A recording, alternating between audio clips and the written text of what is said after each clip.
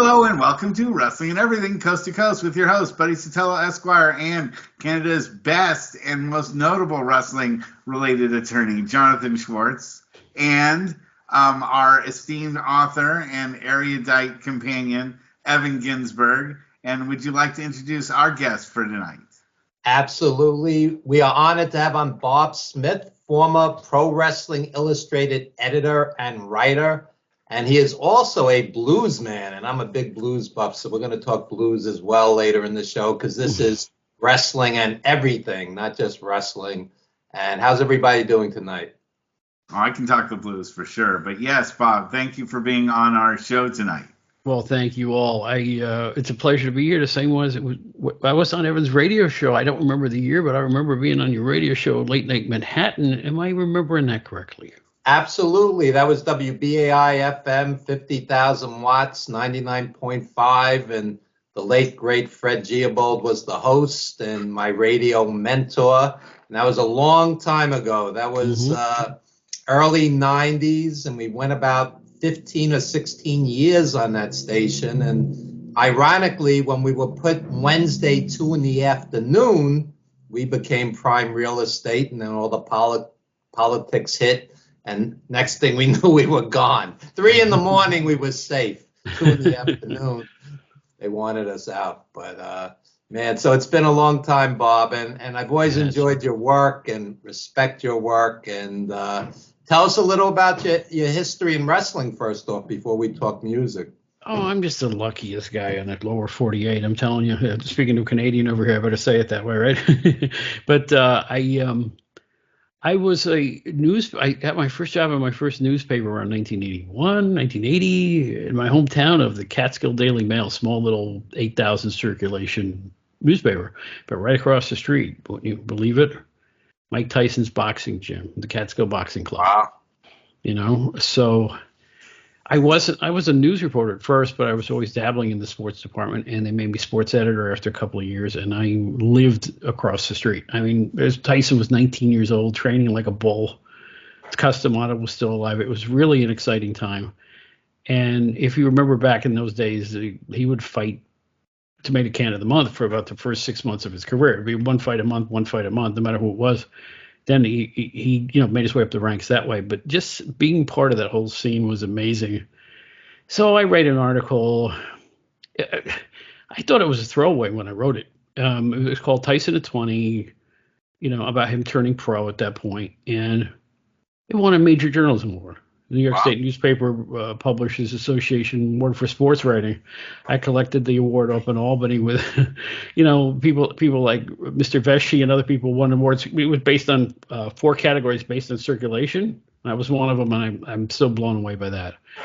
But a year and a half later, I moved to New York City, and there's an ad in the New York Times that says, you remember the New York Times, Evan? There'd be 4 pages of magazine work in there, and there'd be a little 2-line ad that said, editor/writer wanted for sports entertainment pub.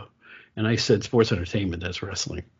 It said, send resume clips to box, whatever it was, RBC New York. I said, RBC? That's Pro Wrestling Illustrated. That's Rockville Center. So I put the Tyson clip in there and got hired immediately as a boxing wrestling hybrid writer, but I lobbied to be just a straight wrestling writer because I was really more into the wrestling, believe it or not, at that point. And it was a nice association. And the only reason I left the company about 6 years later is they moved. They moved in the pre-internet cell phone era, if you can believe that. You had to be at the physical location of the company in order to work a job like that. So I was left out of the cold. I went and did something else for a while. But my phone kept ringing, and I ended up working for WCW and their magazine, the second edition of that. I ended up working with Sandy Krebs at Wrestling's Main Event. I ended up working with After again at WOW magazine. So, every time I would stop working in wrestling, my phone would ring. So I guess I had a nice rep. And I did rate the first 2 PWI 500s, by the way. There you go. 91 and 92. Well, why myself? So this is the perfect panel because Jonathan Schwartz works for the distinguished Slam Wrestling, one of the best wrestling sites out there. Yours truly is senior editor over at ProWrestlingStories.com. Mm-hmm. And Bob here has a rich history in wrestling. Why don't we talk about wrestling journalism, the good, the bad, and ugly of it? Okay. Personally, I could count who I consider the great writers, not wrestling journalists, on maybe two hands. There's not a lot of great writers in wrestling.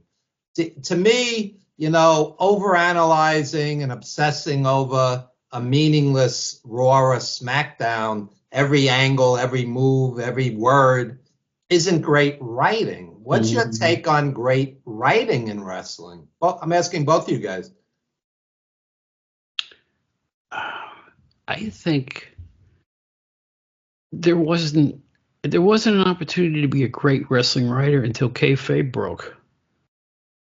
You know what I mean? It's like everybody was adherent to shoot. 1991, I'm in Memphis backstage, and I'm looking for the men's room. Right I'm on the Channel 5 show as a guest appearance. I'm looking for the men's room, and I walk into this room. They say go into this room and go in the back, and I did. And when I came out, Eric Embry, who was the booker of the USWA at that point, plus Mr. Jarrett and Eddie Marlin, were talking as a tandem, and they saw me coming, and they looked at me like a deer in the headlights.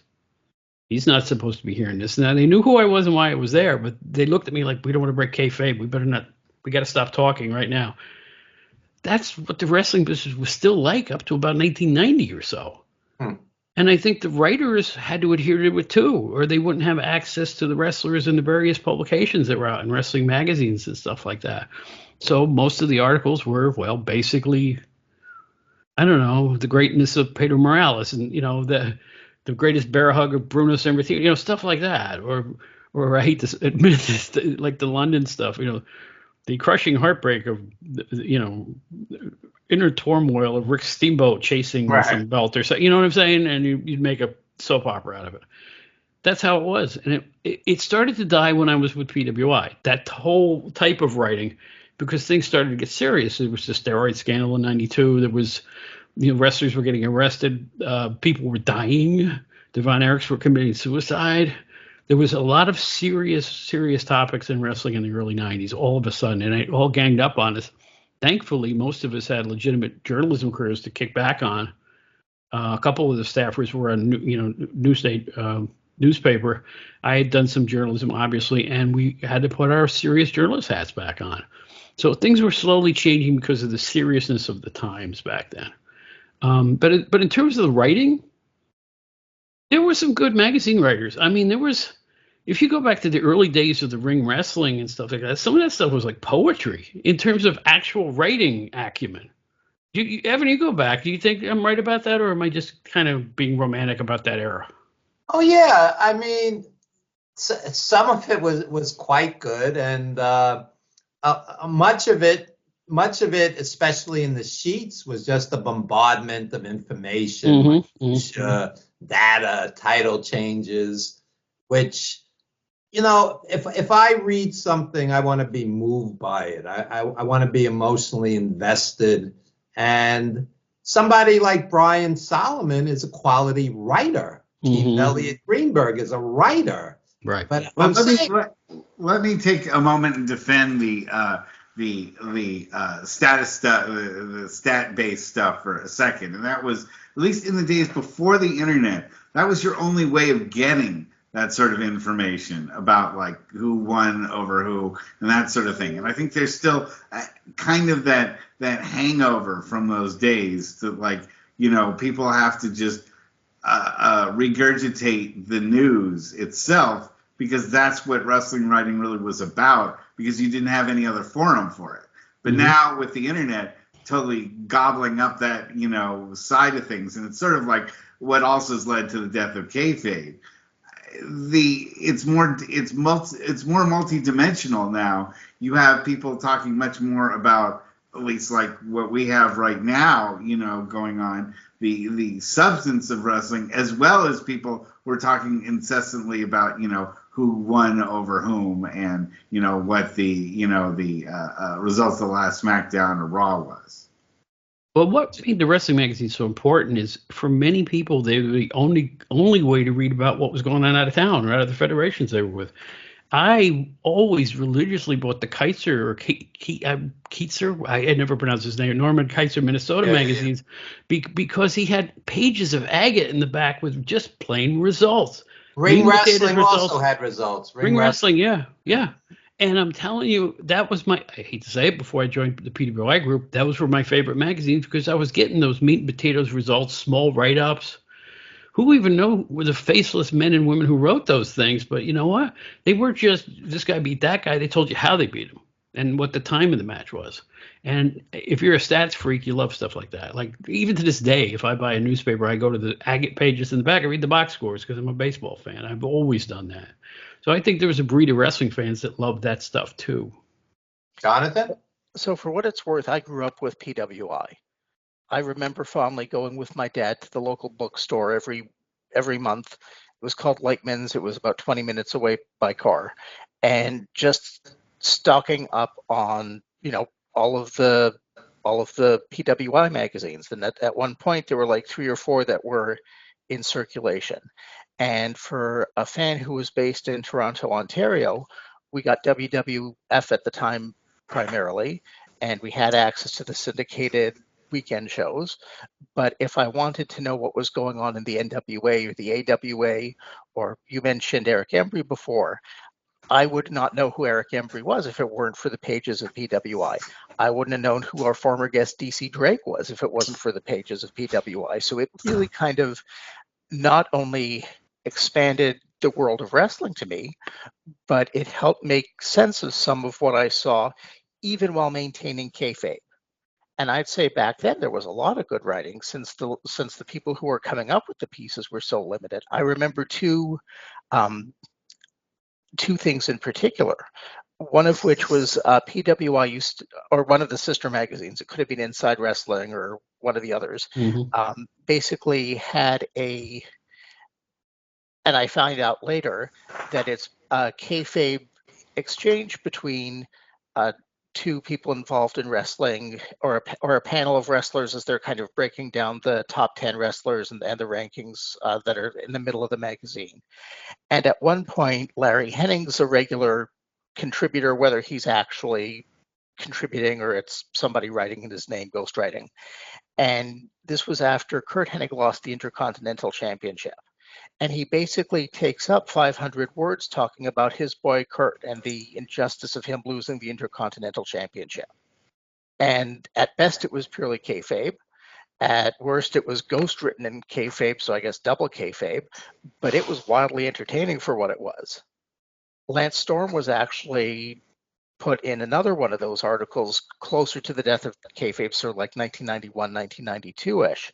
And he winds up referring to that piece in commentary that he did on his own website a few years later, saying PWI never even called him about it. So I think in its own way, the blending of facts, and as we've kind of gotten more towards printing whatever is going on backstage, for expanding this world that the promotions are actually kind of creating out of whole cloth and working within it, I think it's really fun writing. And frankly, it's one of the reasons that I'm writing about wrestling today. If it hadn't been for guys, I mean, I shamelessly steal, and again, I don't know if even they're real people, to be perfectly honest. I mean, I know Bill Apter is. I know Bob is. Bill Apter's real. I've met him. But the Eddie Elners and the Matt Brocks being tougher than nails, and Brandy Mankiewicz and that whole cast of characters. Right. So I'm, that's part of why I'm here. Based on what you're saying, Jonathan, the greatest compliment I ever got for being a kayfabe wrestling writer was from Mick Foley, who has numerous occasions in print and in real time said that I captured his voice better than any other writer because I had hung out with him when he was a young wrestler and got to know him, and I knew what his whole mindset was. In other words, he would take any risk to win. I'm talking way before the WrestleMania and all that other stuff. I mean, when he was on the local indie scene, he was the same way. He'd tumble down a whole bleacher set in a high school gym. So I knew what he was about. And I'll never forget him calling me at the office going, You nailed. Not only did you put me on the cover, this is his first cover he'd ever been on it with our magazines. He said, "Not only did you put me on the cover, you nailed who I am." That's what I always went for, and I think also that's why I enjoyed writing about the Indies, like you mentioned, Jonathan, because where else are people going to get information about Eric Embry or Continental or Calgary or Florida, or you just go on, what's going on in any of the small federations, even Marius Eboldi's thing here on the East Coast. We wrote about everything. And luckily, they let me write about anything, which was real creative freedom. It didn't really matter as long as I wanted to do it, I could do it, which was great. And another thing we got to do was write about young wrestlers, and that was all real. Every quote on those was real. We had an introducing feature in every issue of The Wrestler. Either me or one of our other writers would go out on the road and discover a young talent, and we'd come back to you and say, I want to talk about this guy or that guy, this other guy.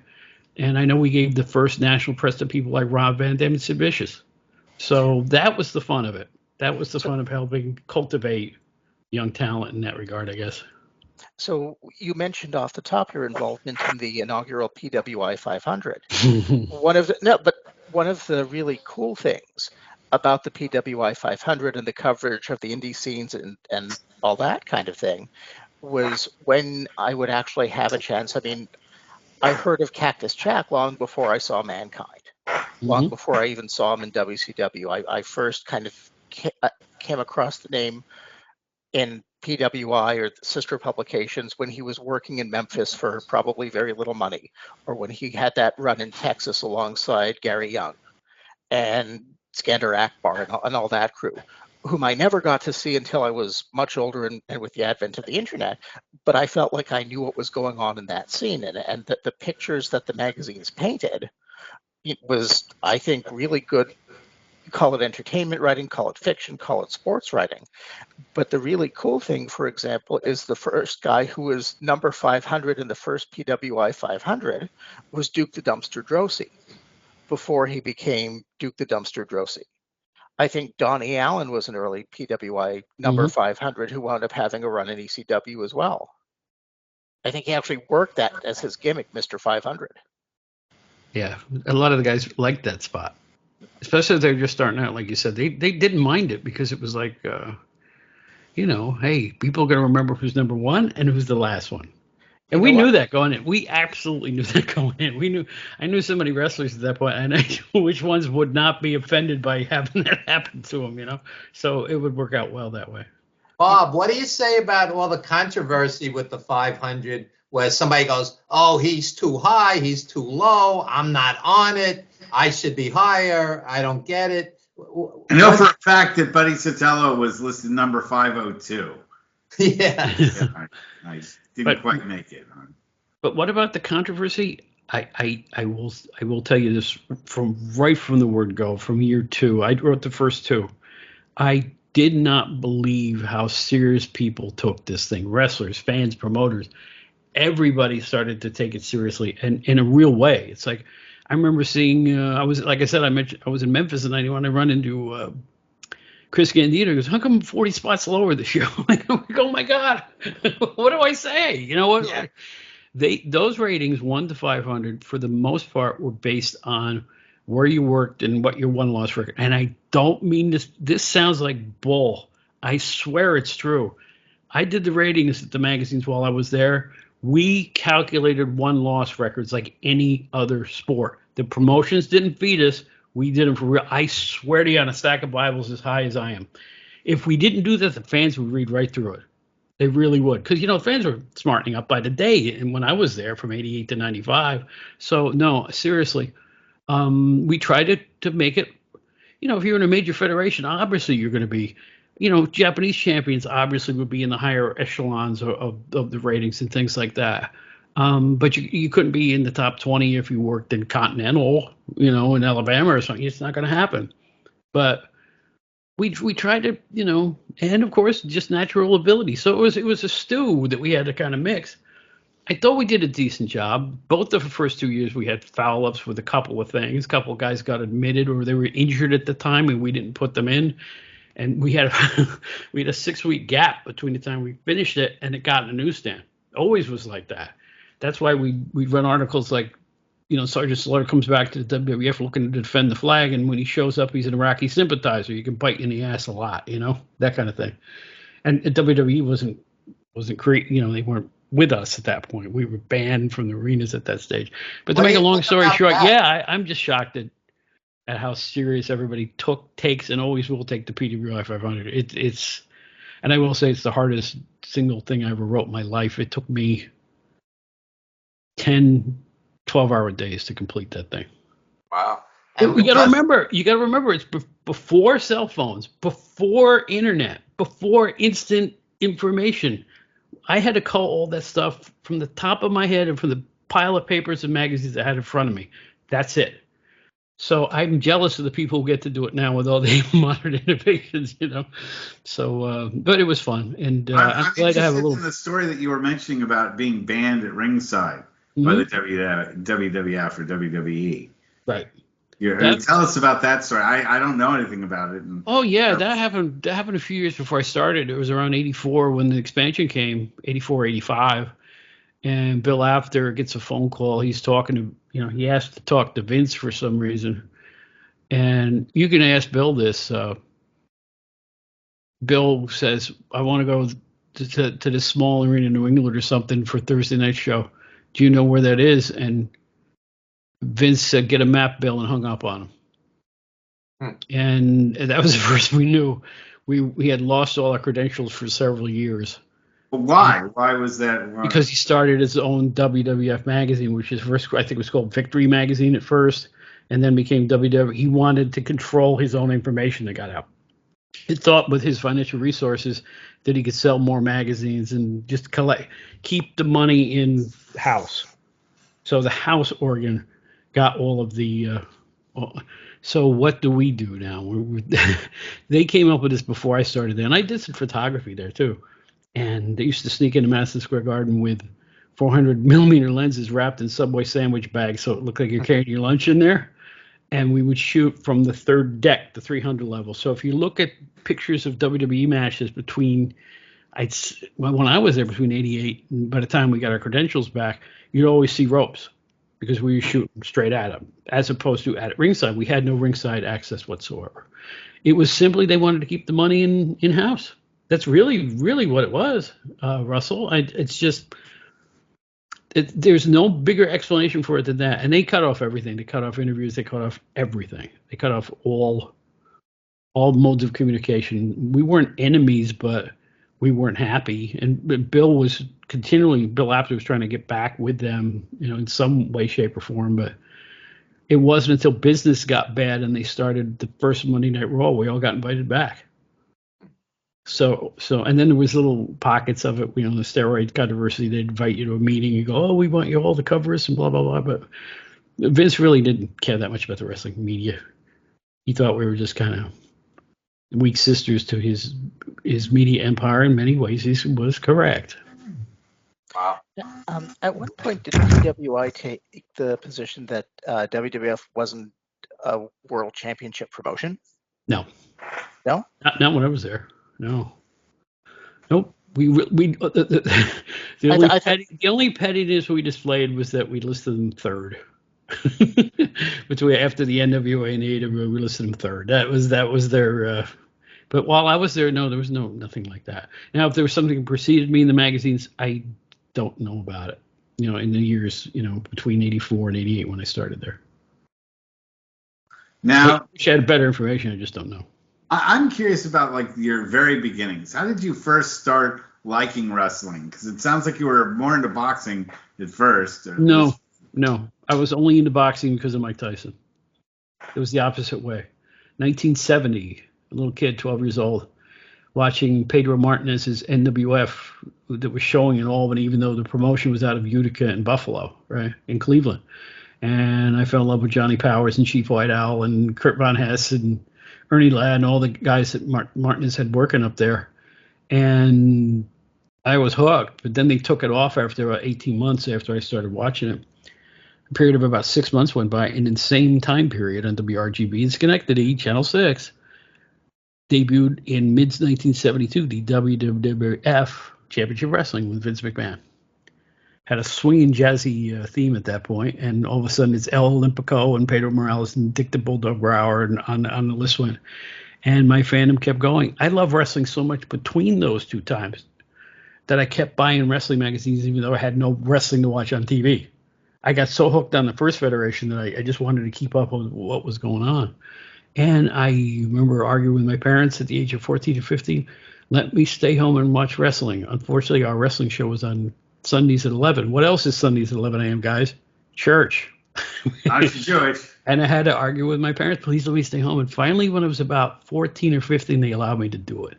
And I insisted if I didn't have that background of watching all those old wrestling matches, I never would have been the writer that I turned into as far as wrestling goes. Because for some reason, I have a moderately good memory, and I remembered all that old junk. It was this trash can in my head full of stories about little Abner Osborne and Abdullah the Butcher, So I'm glad that I consumed everything I could get my hands on, and that we had a TV aerial strong enough to pick up the signal 75 miles away.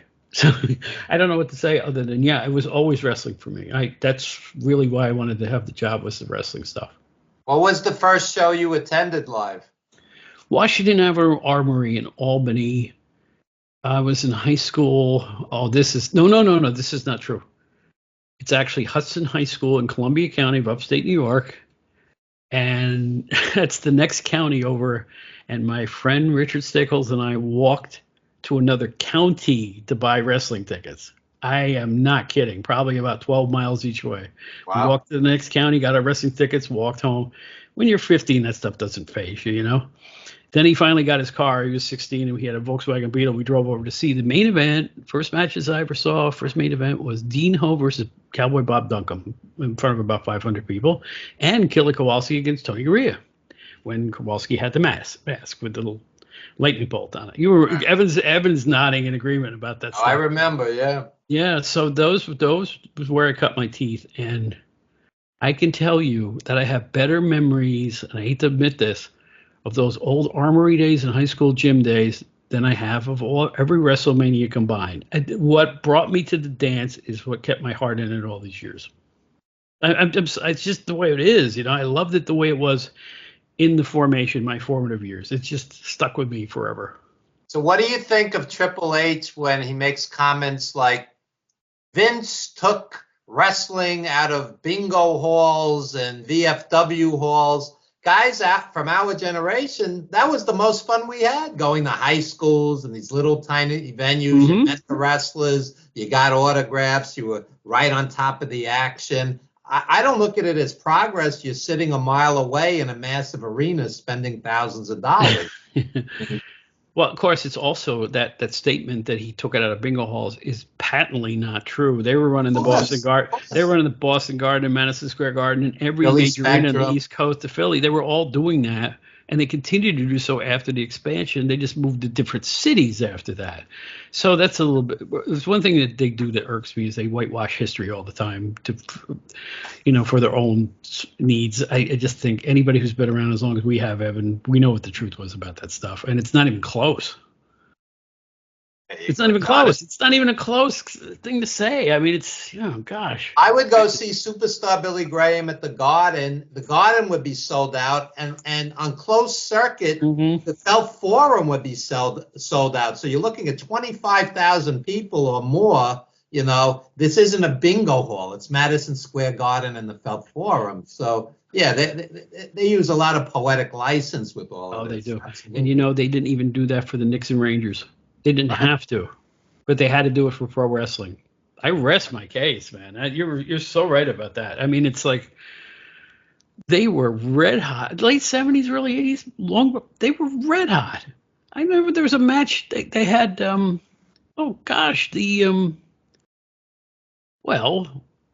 when Pedro Morales was champion, you bring a Blassie in or something like that, they sell the place out to the rafters. And Backlund gets a bad rap. Backlund sold out the building plenty of times, most of the time. Oh, yeah. Regardless of the opponent. And they gave him old men like Bulldog Brower and Sweet Hands, and he still grew a crowd. So I don't know what to say other than it's not right. The other thing that people forget is guys like Pedro, Bruno, Graham, Backlund, month after month, they sold the place out 12, 13, 14 times a year at the Garden. And, Hogan came in and he was red hot, but he only came in 3, 4, 5 times a year. He wasn't there on every single card like the previous champs were. That's exactly right. They spin it that he was bigger than everybody, but that's debatable. I mean, Jonathan, what do you think? I take issue with the idea that they took wrestling out of the bingo halls. I think the independent scene is thriving now. It's been thriving the whole way through. I think the public always wants an alternative, and wrestling fans will always find a way to get their fix. I mean, I'm a little bit younger than you guys, but I remember going through undergrad and law school and, really until I had kids. So, until about the last 10 years or so, there's a great indie scene in Toronto, and that's never gone away. And the draw to that has always been, at least for me, better quality, more fun, longer matches, less kind of filler, less emphasis on promos, that kind of thing. If you want to actually watch good quality wrestling, I think you can't beat the independents. And again, part of the fun of going to those cards and following the wrestlers kind of along their careers is, I mean, I said it before, I saw Kevin Steen fight El Generico decades before they were in WWE, and they were awesome back then. I saw Daniel Bryan fight before he was Daniel Bryan, and Seth Rollins before he was Seth Rollins. ROH, and they were great back then, even pre-ROH. I'm talking about in Mississauga, in Mississauga, Ontario, which is kind of a bedroom community of Toronto. There used to be a promotion called UWA, which stood for nothing, Hardcore Wrestling, and it was run by these two brothers who promoted and were the ring announcers and got into the ring and fought kind of ECW-esque hardcore matches themselves as well. And it was this mix of other, local Toronto, Mississauga, Oshawa surrounding area talent who probably wasn't going to make it to WWE ever, but they were living their dream. And then you got guys who made it a little bit further. And then you got the guys who ultimately did make it to the show. I mean, I got to see the guy who became Cesaro back when he had hair. So, or Colt Cabana was a mainstay. And Colt Cabana would work with the one other Jewish guy on the roster who worked a kid's party magician gimmick. And the match, and as silly as it sounds, the matches were technically sound and acrobatic and fun and great. And you'd spend $15 and it was a full night's entertainment. And I don't think you can ask for more from independent wrestling. And UWA's gone by the boards, unfortunately, but there's a ton of successor promotions that have kind of sprung up ever since. And it starts with guys like Ron Hutchinson, who's who ran a major school along with Sweet Daddy Siki for many years, and kept going even after that kind of went by the wayside. And no, I think one thing that WWE has done better under Triple H, although far from perfect, is acknowledging that if WWE exists in a vacuum, wrestling dies.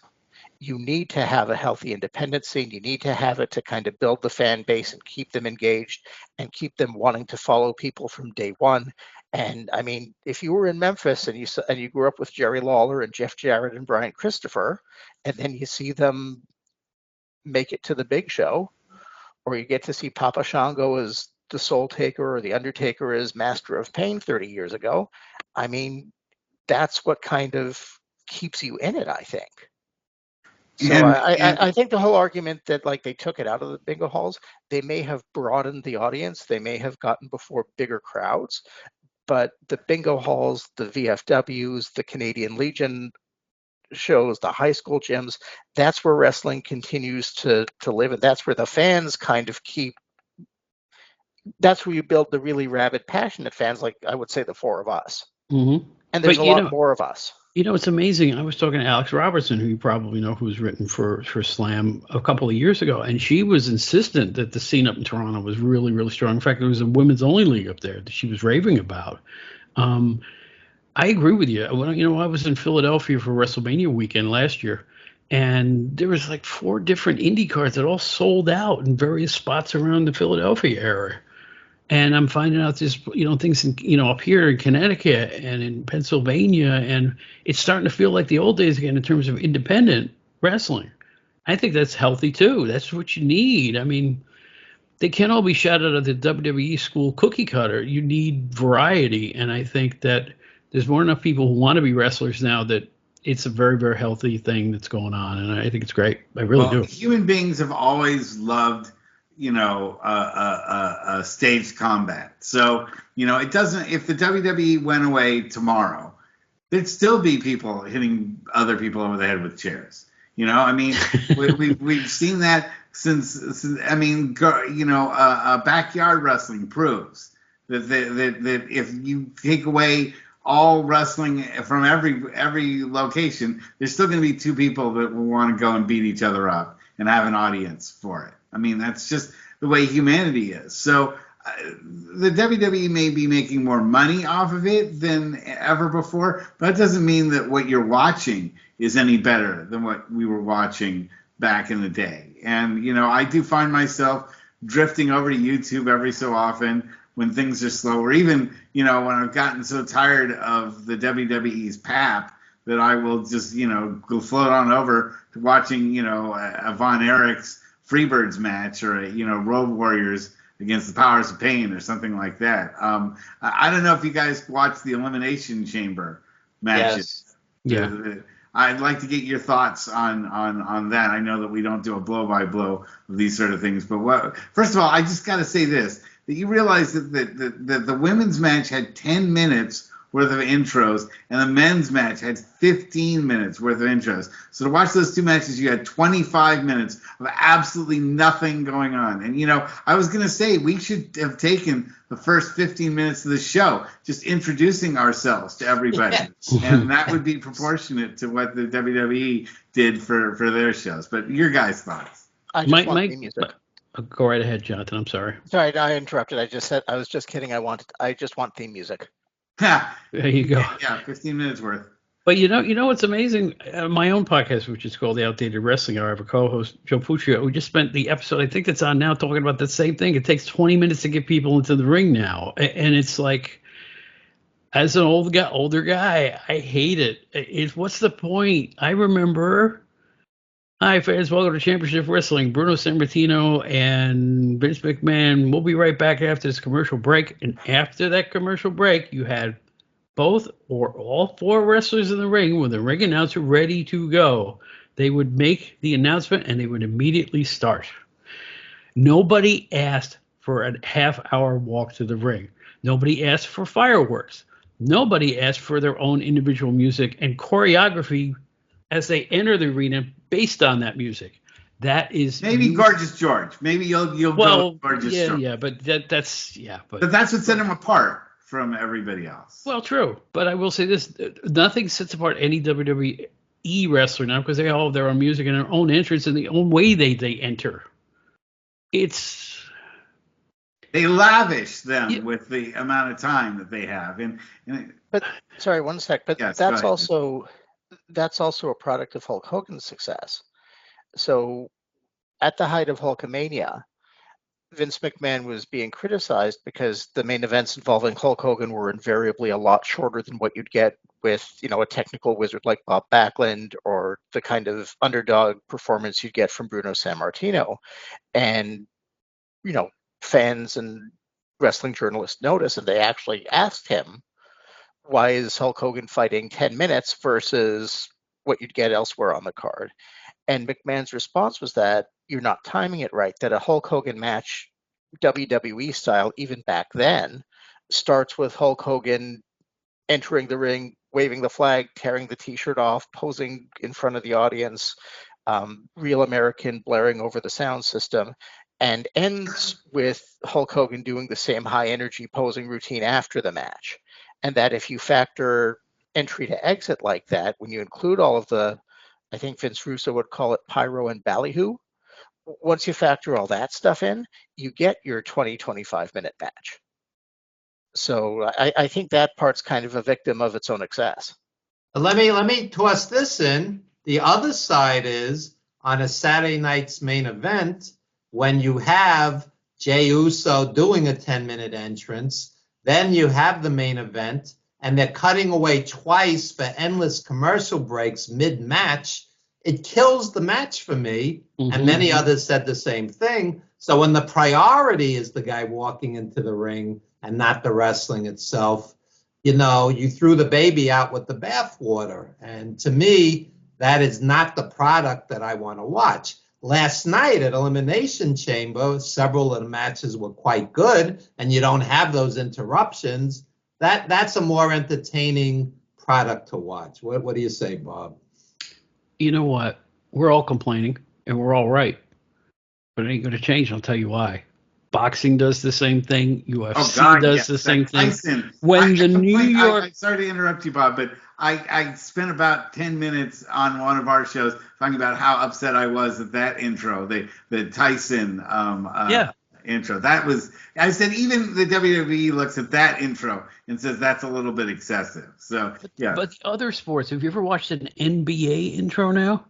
It used to be they would announce the two squads and they go to, no, the lights go out and, fireworks go off. It's the same thing. And the individual players run into center court with, So and even worse, and I'm a big baseball fan. Now when the New York Mets leave their dugout, I am not kidding you, there are smoke pots and fireworks on top of the dugout. I rest my case. We're fighting the losing battle looking for tradition. Show. It's not going to happen. What's that? I have to have you back for a baseball show. Yes, Jonathan. So just to tie into the NBA point, I took my son to see his first ever Toronto Raptors game against the Miami Heat last week. Unfortunately, we lost in overtime. But I will tell you, they did an introduction for the Raptors before the game formally started, when they were going to do the shoot around before the game actually started. Then they cleared off the court. They bring out like full stands of fireworks and like a giant basketball, and you've got the mascots doing cartwheels, and you've got the dance pack coming out and doing a whole routine. And I mean, I remember when it was a thing when the first NBA team that I remember doing this, and I thought at the time they were copying wrestling, was the Chicago Bulls. And it would just be when they would introduce the starting five and they would kill the lights and have a spotlight as everybody came out leading up to Michael Jordan. And they had the I think it was the Enter the Dragon music playing, but I could be wrong about that.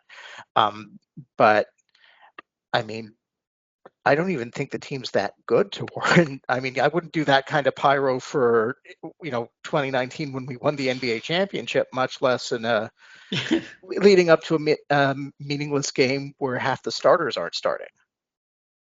So I agree. It's a lot. I think it does kind of keep the people who are in the arena entertained. I mean, it was wall-to-wall stuff going on, even if the basketball itself wasn't, the best that I've ever seen. But no, I totally agree that. And the other part to it is, I don't mind it if both wrestlers get the full introduction.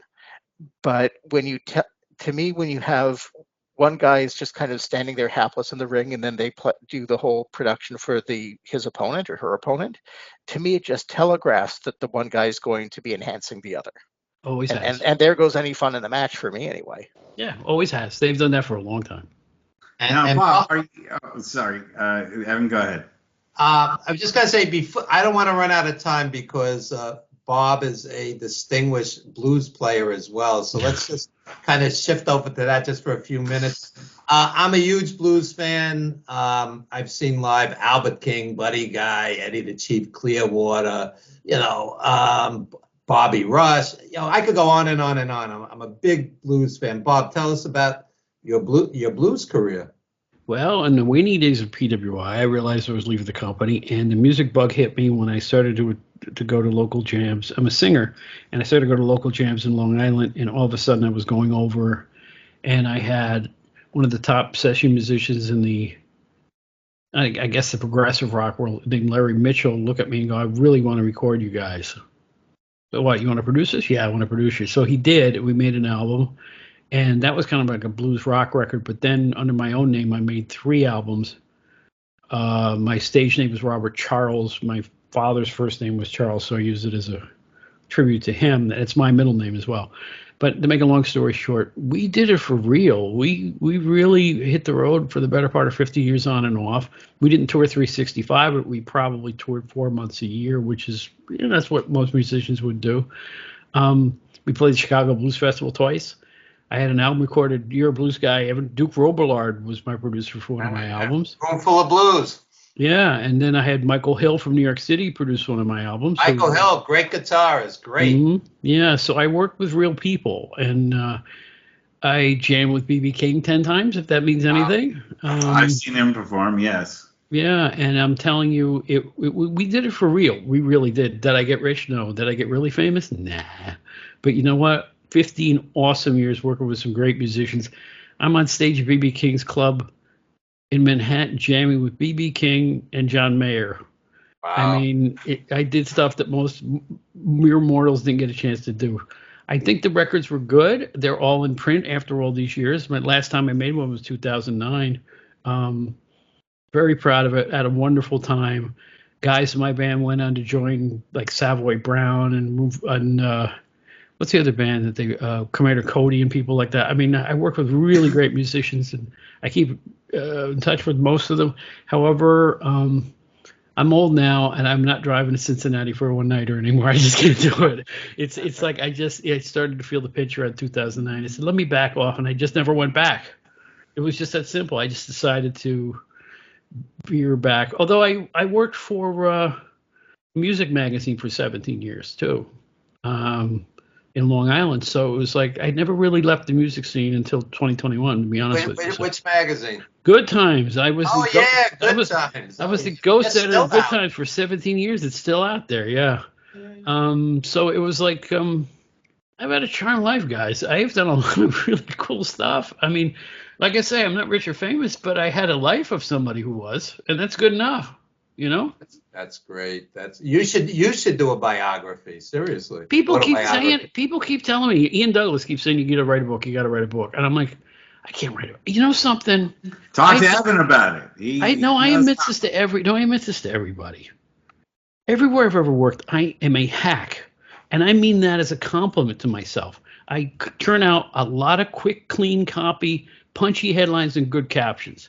I was in the newspaper and magazine business from 1982 to 2021. I outlasted all my contemporaries in doing this stuff. So, you know what? I put food on my table for a long time.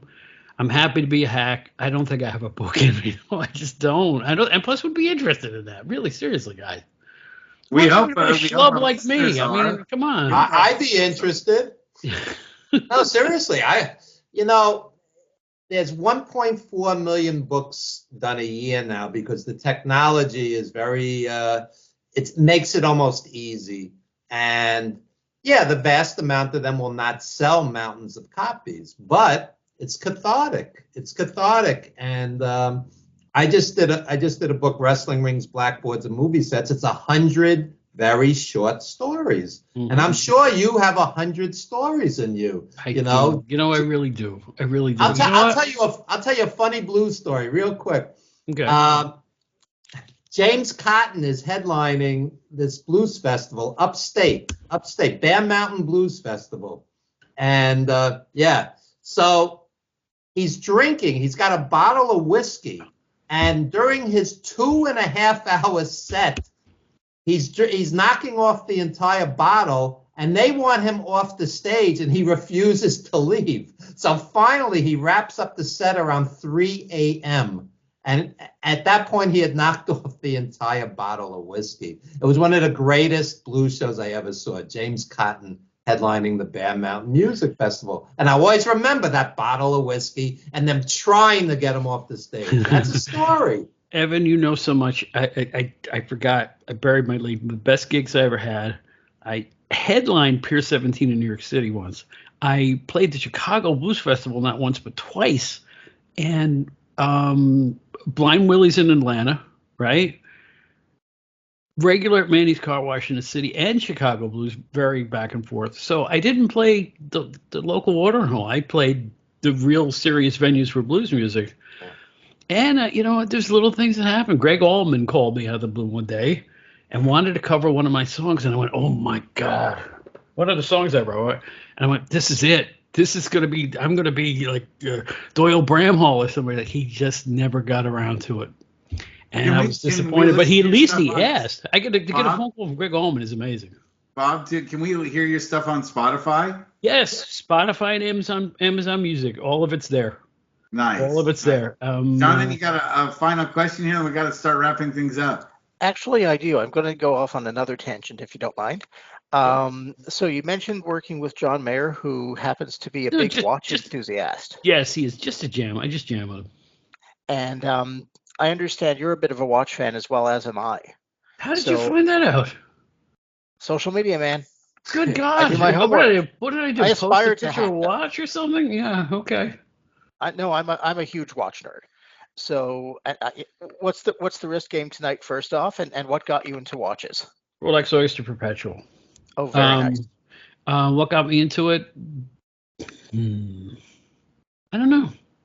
I never collected watches till I was like 47 years old. I just I have a handful of I like, I like the precision and craftsmanship of good Swiss watches. That's my main deal, but I'm not rich enough for the really ones I covet. Like I want a couple of JLCs. I'll never afford them, but I could afford a couple of Omegas and a couple of Rolexes, and I'm happy with my handful of what I consider to be nice watches. And I want to have a wedding watch, a funeral watch, a work watch, which is $8. but it's like, it's the only jewelry I wear.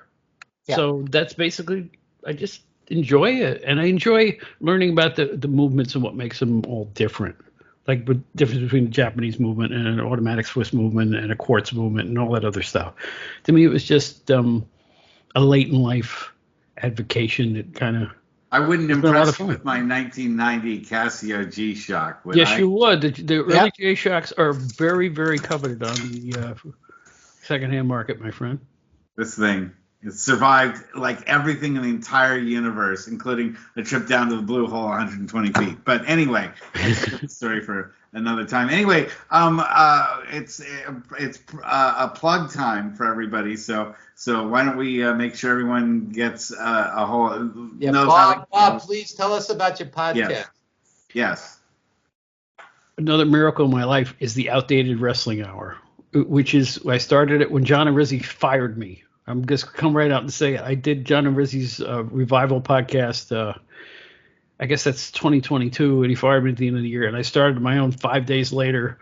And 3 years later, we're running strong. We're having a blast. It's all nostalgia, or as much nostalgia I can get people to talk about, But we've had great guests. I'm trying to bring on people that other people may not know about. Like, I don't bring on, and I won't book the same wrestler who's been on 20 other podcasts. I just don't feel like doing that. I want to do something a little bit different and look at things different, like wrestling and armories. We did shows about, women's wrestling in the 1930s. You know what I'm saying? It's like different topics. It's worked beyond my wildest dreams. I mean, the thing charts every week. It's not a top 30 podcast, but we have been. So I'm really, really thrilled with the way it's worked out. It's been so successful. I started a second podcast called the Outdated Entertainment Hour. We would look at old entertainment, old toys, B movies, drive-in movies, old rock and roll bands like the Guess Who, you name it. If it's old, we're going to cover it. And I really like podcasting. When I went to college, I wanted to be on radio. I didn't have the opportunity. This is the next best thing. I am having the time of my life. I really am. So hey, Bob, if you need to find it, just type in Outdated Bob Smith. It comes up right up in your browser, any of that stuff. As a musician, you'll appreciate this. I learned something new. One of my musical heroes is George Clinton, and he said he got the riff from Flashlight from a bar mitzvah when he was a kid. He was invited to his buddy's bar mitzvah. That's a bar mitzvah song that became Flashlight. That's hilarious. How's that for a tidbit? That's a great tidbit. My gosh. Jonathan, please plug your next article. Sure. So, Wrestlers Court with Jonathan Schwartz appears every week to 2 weeks at slamwrestling.net. My last one looked at what's going on with AEW in terms of a couple of releases that they just did. I had one just about ready to go. I was going to finish up tomorrow, and then John Cena went and turned heel. So I'm going to be really busy writing tomorrow to get this next one out. And basically, I have thoughts. So you always do. I always Sometimes do. you even say them. Evan, let's plug your book. Wrestling Rings, Blackboards, and Movie Sets. It's on Amazon. 4.9 out of 5 rating. I'm very moved and flattered by the response. And over at ProWrestlingStories.com, I just the other day interviewed David Ayer. He was the screenwriter on Training Day, the director of The Beekeeper, Suicide Squad, and his new movie is A Working Man with Jason Statham. And very gracious, and interestingly, he loves and respects pro wrestling. So we got into some of that just because that was the website I'm writing for, editing for. So David Ayer, major producer, director, screenwriter. And A Working Man he did with Stallone. He wrote it with Stallone. So in and of itself is interesting because people tend to forget Stallone did a wrestling movie 50 years ago, Paradise Alley. Yeah, you know, all the legends were in it. And I'll tell you what happened on Paradise Alley real quick because I know you want to wrap up. Some of the crew were not respectful to the wrestlers, and Stallone really told them off. He said, these guys are artists. This would take forever with stuntmen. These guys are the real deal. You respect them. And I tell people all the time, wrestling, when done right, is an art form. And it's a matter of inches. People have died in the ring. People have been paralyzed in the ring. These guys are artists, and you have to respect what they do. The ones that do it right, of course. Absolutely. Bob, how would people get a hold of you through social media if they wanted to? Facebook. I'm the only Bob Smith singing with BB King on the lead page. That's easy. That makes it easy. And I'm Outdated Bob at Instagram, Blue Sky, and Threads. I'm still on X or Twitter, whatever they call it this week. So you can find me in all those places. And that's my social media milieu. Well, that's great. No, it's really wonderful having you on as a guest on our show tonight. And certainly when you have another project coming up or anything that you'd like to promote, we'd be happy to have you on the show again. Well, Evan's coming on my show, aren't you, Evan? And we're gonna debate your AEW fandom of Will Ospreay, right? We talked about this. Yeah. I love Ospreay, Omega. More flippy-do for me and you. I love that. Yeah. That's great. But anyway, also I need to blow the smoke at Jonathan. Slam Wrestling's the cream, man. It is the cream. It is the best source for serious wrestling news that I've ever read, and I mean that with sincerity. It's just great. And Russell, obviously you got a lot of things going on. I see it all behind your head on the chroma key there. So one day when you're done with guests, when you've interviewed everybody that you can possibly interview on your Outdated Wrestling show, that's when you can give me a call, and I'd be happy to be a guest. I may do it before then. You never know. But listen, I'm in awe of all three of you, and I'm really, really proud to be here. I'll put it that way. It's the same way I was proud to be on Evan's show all those years ago. So you helped us out, Evan, and you continue to help out the wrestling business every day that you're active. And I'm buying your book, by the way. Don't send me one. I'm buying one. Oh, thank you so much. I appreciate that. And hey, one last thing, Bob. You know my buddies Felix Cabrera and Robert Ross, great New York blues players. I remember Felix more than Robert, because I think Felix did an album on my label. The label I was on, I think he did an album for Fountain. Harp player, world class. Unbelievably great. Yeah. Unbelievably good. Just the New York City always has had this bubbling underappreciated blues scene. The guys who were good were great. John Paris was around. There's so many people that really plied their trade for a long time, and I miss the days of Manny's Car Wash and Chicago Blues. It's because that's where we cut our teeth. These guys were regulars at venues like that, and they would just throw out names. Oh, I just did a gig with Big Joe Turner, like 40 years ago. They just Yeah. throw out these legendary names like it's nothing. Yeah. Did you ever go to Dan Lynch? Oh yeah, all of them. Yeah. World's All I can greatest. say, Bob Smith, is I lost a lot of brain cells over at the Kingston Mines in Chicago. So I know a few things about, going to blues places in Chicago. The problem is I don't remember any of them. I went to Buddy Guy's the last time I was there. Nice. He had a club. I don't even know if it's still there, but I remember just kowtowing, just girding my bravery. Hello, Mr. Guy. My name is Robert Charles, and we ended up talking for half an hour. So he's awesome. as nice as he is talented. Hey, Bob, I just saw Buddy Guy and Bobby Rush opened. Then they jammed together. Between them, they're almost 200 years old. No and they're kidding. Still great. Still great. They really Westbury are. Music Fair, yeah. Oh, you went to the Westbury show. Okay, Yeah. great. Yeah. I am going in 2 weeks to see Burton Cummings, who was the original vocalist for the Guess Who all those years ago. Yeah. 77 years old and still out there headlining. See him while you can. See him while Want you to can. see somebody great? Go That's see what I'm- Avery Sunshine. Avery Sunshine's tremendous. More R&B than blues, but tremendous. Oh, sure.